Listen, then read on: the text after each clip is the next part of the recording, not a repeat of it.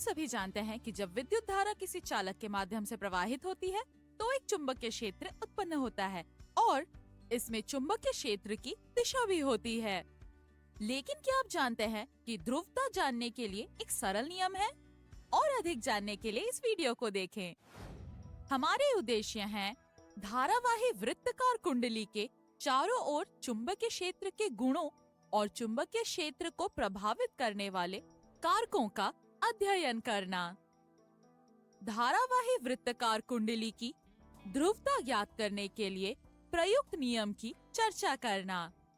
आइए धारावाही वृत्तकार कुंडली के कारण उत्पन्न चुंबकीय क्षेत्र के विभिन्न गुणों का अध्ययन करते हैं। ध्यान से देखें कि चालक के पास बल रेखाएं वृत्तकार होती हैं, लेकिन जैसे ही हम चालक से कुंडली के केंद्र की ओर बढ़ते हैं तो बल रेखाएं एक दूसरे के लगभग समांतर हो जाती हैं। इस प्रकार कुंडली के केंद्र के पास चुंबकीय क्षेत्र को एक समान माना जा सकता है।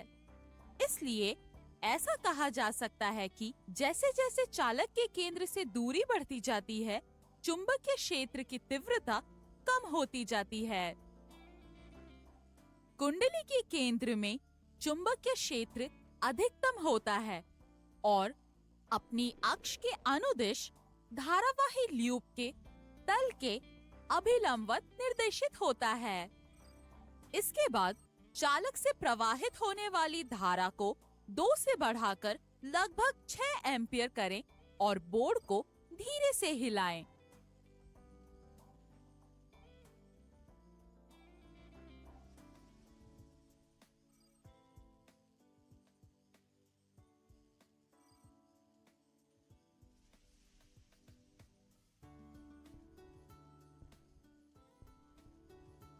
अब कुंडली की त्रिज्या बढ़ाइए।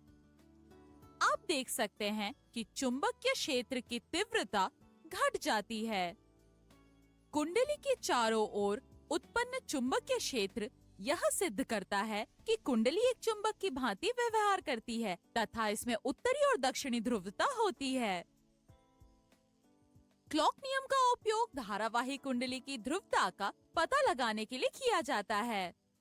यदि हम कुंडली के इस विशेष पृष्ठ को देखें तो हम देख सकते हैं कि विद्युत धारा वामावर्त दिशा में प्रवाहित हो रही है। इसके अतिरिक्त कुंडली के इस पृष्ठ से चुंबकीय बल रेखाएं बाहर की ओर निकलती हैं। इसलिए इस पृष्ठ को उत्तरी ध्रुव कहा जाता है। इसी प्रकार कुंडली की दूसरी तरफ से देखने पर धारा दक्षिणावर्त दिशा में प्रवाहित होती हुई पाई जाती है। चुंबकीय बल रेखाएं कुंडली के इस पृष्ठ में प्रवेश करती हैं। इसलिए इस पृष्ठ को दक्षिणी ध्रुव कहा जाता है। ऐसे में क्लॉक नियम दर्शाता है कि कुंडली के किसी विशेष पृष्ठ को देखते समय यदि कोई धारा वामावर्त दिशा में प्रवाहित होती हुई पाई जाती है तो कुंडली के उस पृष्ठ को उत्तरी ध्रुव कहा जाता है। यदि धारा दक्षिणावर्त दिशा में प्रवाहित होती है तो कुंडली के उस पृष्ठ को दक्षिणी ध्रुव माना जाता है। सारांश, लूप के दोनों किनारों के पास चुंबकीय क्षेत्र रेखाएं वृत्तकार होती हैं, लेकिन धारावाही लूप के केंद्र के पास लगभग समांतर होती हैं। चुंबकीय क्षेत्र की तीव्रता केंद्र से दूरी बढ़ने पर घटने लगती है। चुंबकीय क्षेत्र की तीव्रता कुंडली से प्रवाहित धारा में वृद्धि करके बढ़ाई जा सकती है। कुंडली की त्रिज्या को बढ़ाने पर चुंबकीय क्षेत्र की तीव्रता घटने लगती है। अंत में क्लॉक नियम का उपयोग कर हम धारावाही वृत्तकार कुंडली की ध्रुवता ज्ञात कर सकते हैं। हमें यकीन है कि आपने विभिन्न प्रकार के चालकों को उनकी आकृति के आधार पर देखा होगा, लेकिन क्या आप जानते हैं कि कुंडलित बेलनाकार चालक को हम क्या कहते हैं? जानने का प्रयास करें।